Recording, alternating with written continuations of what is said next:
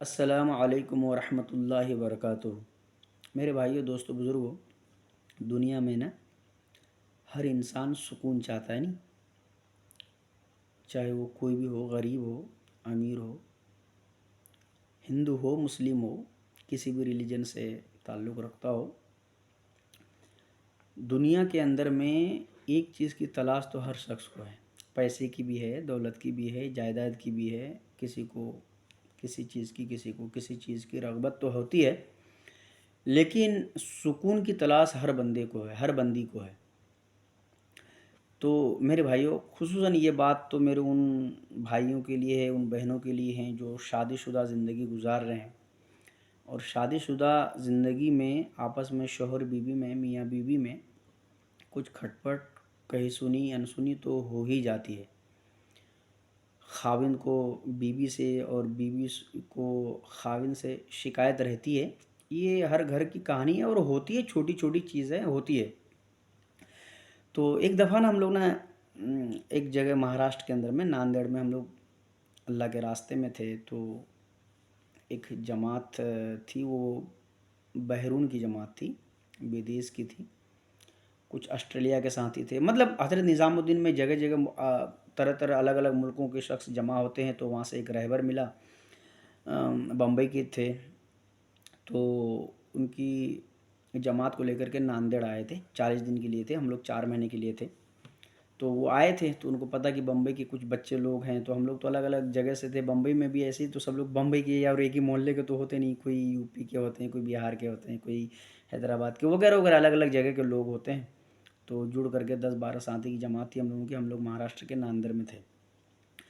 तो वो जमात 40 दिन की थी।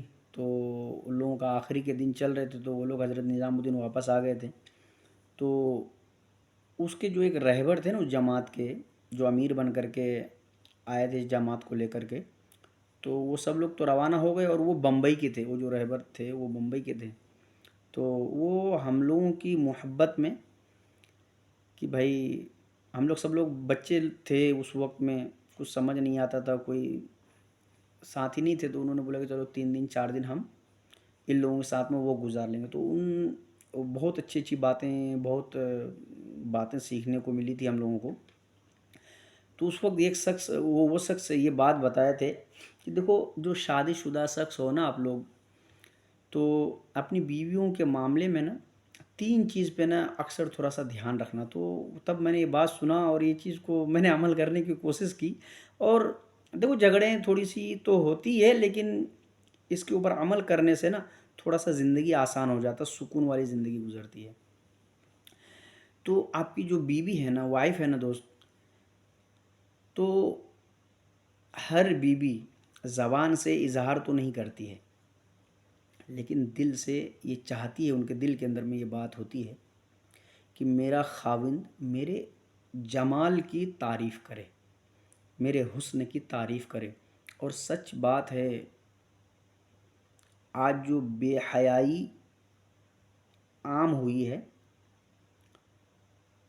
तो उसमें शौहर के अपनी वाइफ की हुस्न की तारीफ़ ना करना भी शामिल है।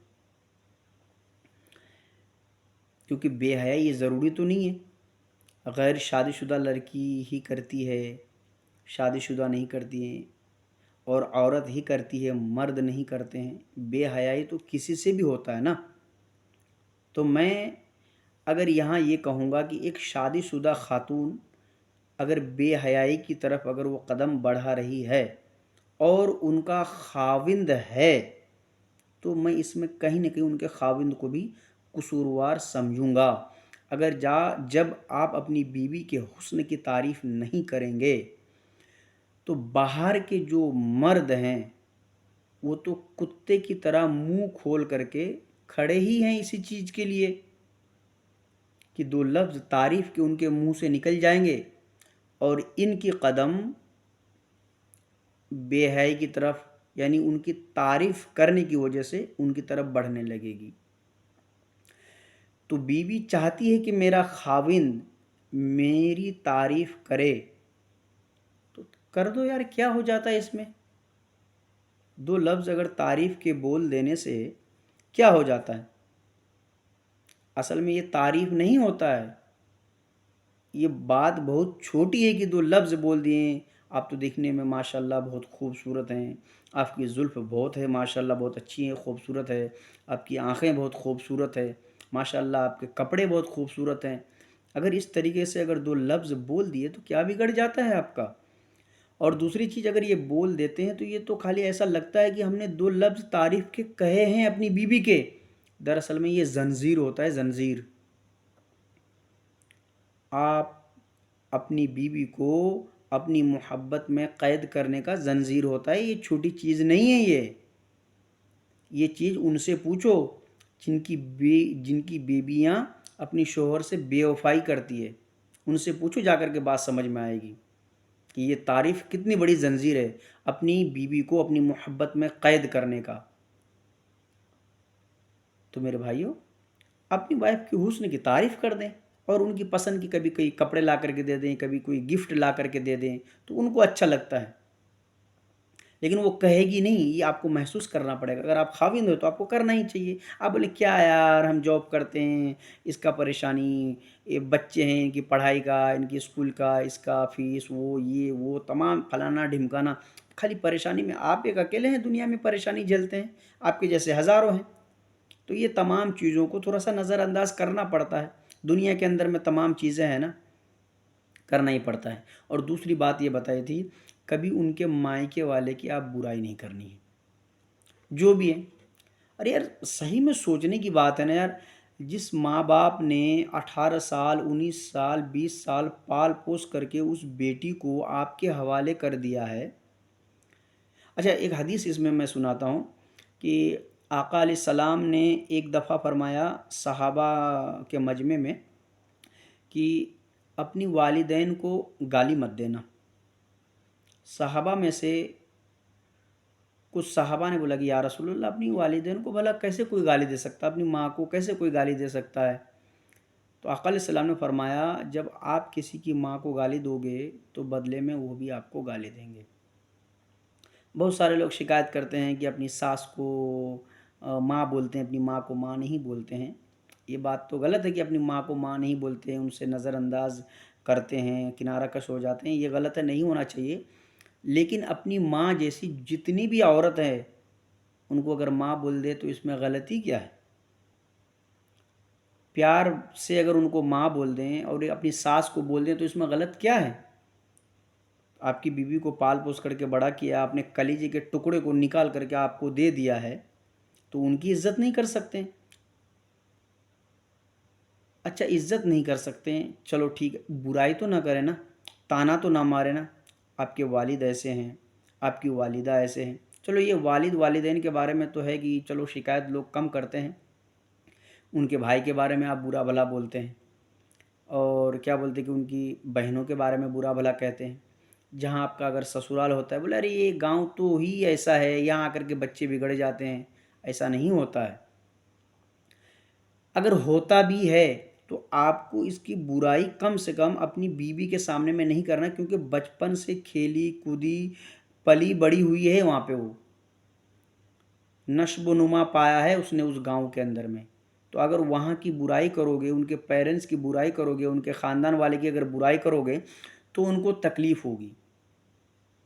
दूसरा ये, और तीसरा ये कि उसकी खिदमत की तारीफ़ करनी है आपको। ये हस्बैंड के ज़िम्मे है कि ये 3 काम कम से कम करे।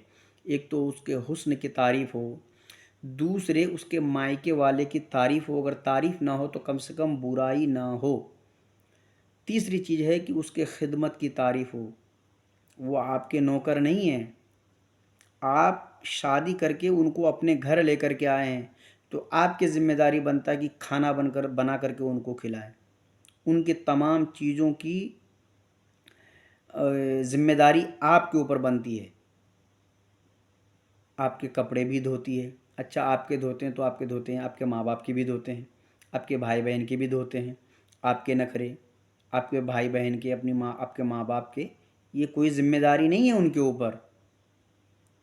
तो आपको चाहिए कि अपनी वाइफ़ की तरफ से आप स्टैंड लें। आप हमेशा पेश-पेश रहें उनके सामने में।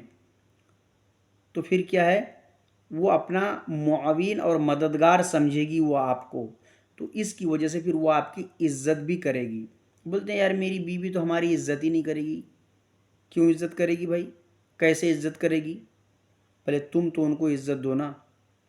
तुम्हारे घर में आई है वो, तुम उनको लेकर के आए हो, तो उनकी खिदमत की तारीफ़ कर लिया करो भाई। कभी खाना बना दिया, पूछ लेती कैसा बना, भाई अच्छा बना है। नहीं भी पूछती है, जो बना है, कभी नमक ज़्यादा हो जाता है, कभी कम हो जाता है, कभी मिर्च ज़्यादा हो जाता है, कभी कम हो जाते हैं, आप ऐसे ही खा लो। वही ऐसी औरतें बाद में, अब तो बहुत कम है औरतें कि साथ में बैठ कर के, बल्कि बेहतर यही कि एक दस्तरखान बिछाया जाए और पूरी फैमिली के लोग बैठ कर के एक साथ में खाना खाया जाए। लेकिन होता है कि इंडिया में हमारे वहाँ ख़वातीन का अलग मसला है कि भाई हमारे घर के जो मर्द हजरात हैं वो पहले खाना खा लेते हैं, फिर बाद में बेचारी खाना खाती है।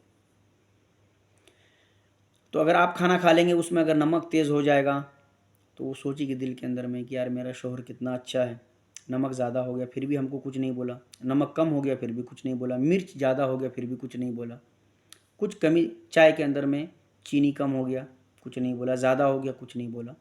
तो उनके दिल के अंदर में आपके इस रवैये से, आपकी इस अखलाक से, उनके दिल के अंदर में आपकी इज़्ज़त, आपकी मोहब्बत बढ़ेगी।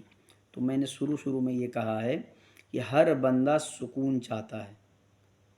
तो बाहर तो सुकून किसी न किसी दोस्तों में, आप ऑफिस में जाते हो तो ऑफिस में, कहीं काम करते हो तो वहाँ सुकून हासिल कर लेता है, घर में सुकून नहीं मिलता है। अगर ये 3 अमल करेंगे, अपनी बीवी के हुस्न की तारीफ़, अगर हुस्न की तारीफ़ नहीं तो अरे जा तुम तो ऐसी वैसी, मतलब उनकी बुराई नहीं होनी चाहिए। दूसरी चीज़, उनके मायके वाले की तारीफ़, और तीसरी चीज़ ये है कि उसके खिदमत की तारीफ़ होनी चाहिए। अगर ये तमाम चीज़ आपके ज़बान से, और शोहरों को देखो वो तो सीधे मुंह बात करना पसंद नहीं करते हैं, ससुराल वाले की बुराई करते हैं। अरे ये नहीं दिया, वो नहीं दिया, फलाना ढिमकाना, दहेज में ये नहीं मिला, उल्टी सीधी लान तान करते हैं, ताने देते हैं। ये कैसा अखलाक है भाई? बल्कि ये बताया गया कि सबसे बेहतर शख्स वो है जो अपनी बीवियों के साथ में भलाई का मामला करे, अच्छा मामला करे। तो हमें ये करना चाहिए। तो ये करें, इंशाअल्लाह आपको सुकून हासिल होगी अपने घर के अंदर में। अपनी बीवियों से मोहब्बत को बढ़ाने की कोशिश करें। यार आप कहीं कंपनी में काम करते हो, जॉब करते हो, आपका अगर मान लीजिए, अभी दुबई का मिसाल देता हूँ, दुबई में हूँ, अब 1500 दरम आपका सैलरी है, आप चाहते हो कि साल गुजर जाए तो 1600 हो जाए, फिर एक साल गुजर जाए 1700 हो जाए, यानी आप वक्त गुजारते जाएंगे, सैलरी के बारे में आपके दिल के अंदर में डिमांड पैदा होगी कि भाई बढ़ते जाए। उसी तरीके से बीवी और शोहर वाला जो रिलेशन है आगे बढ़ते जाता है, बढ़ते जाता है, तो मोहब्बत तो आपकी बढ़नी चाहिए ना। ये कैसा, अगर मोहब्बत नहीं बढ़ रही है, आपस में एक दूसरे के लिए मोहब्बत नहीं है, तभी तो ये झगड़े होते हैं, तभी तो ये बेसुकूनी वाली ज़िंदगी गुजर रही है। तो फिर शिकायत करते फिरते हैं कि यार ऐसा है वैसा है, ज़िंदगी सही से नहीं गुजर रही है, बेसुकून है, हर चीज़ है यार मेरे पास, लेकिन चैन नहीं है, सुकून नहीं। चैन और सुकून कहाँ से आएगा? और दूसरी सबसे बड़ी चीज़ ये है, अगर आप अपनी बीवी से मोहब्बत करेंगे, उनको जलील नहीं करेंगे, उनको बेइज्जत नहीं करेंगे, तो भाइयों आपके जो साहबजादे हैं ना, आपके जो बेटे हैं, वो भी इसी तरीके से आपकी बहू के साथ में सुलूक करेंगे। तो आपके इस अखलाक की वजह से आपके बेटे का भी मिजाज इस अखलाक जैसा बनेगा। फिर दूसरे की बेटी अगर आएगी तो आपकी इस अखलाक की वजह से ये अखलाक आपके बेटे के अंदर में कन्वर्ट हुआ, उसके बाद फिर दूसरे की बेटी को भी सुकून मिलेगी आपके बेटे के ज़रिए से, आपके इस अखलाक की वजह से। और अपनी अगर बीवी अगर अपने शौहर के साथ में अच्छे अखलाक से पेश आएगी, जलील नहीं करेगी, प्यार मोहब्बत से रहेगी, एक साथ में बैठ कर के खाना खाएंगे, ये उनको कभी लुक़मा खिला दिया, वो कभी इनको लुक़मा खिला दिए, तो फिर आपकी बेटी भी ऐसी ही बनेगी आपकी बीवी की तरह। फिर वो किसी की ज़िंदगी में जाएगी, किसी के बेटे की ज़िंदगी में अगर जाएगी, तो फिर उनके बेटे को भी यही प्यार मोहब्बत मिलेगा जो आपकी बीवी से आपको मिल रहा है। तो इसीलिए दोस्तों ये तमाम चीज़ें मदरसे में बच्चों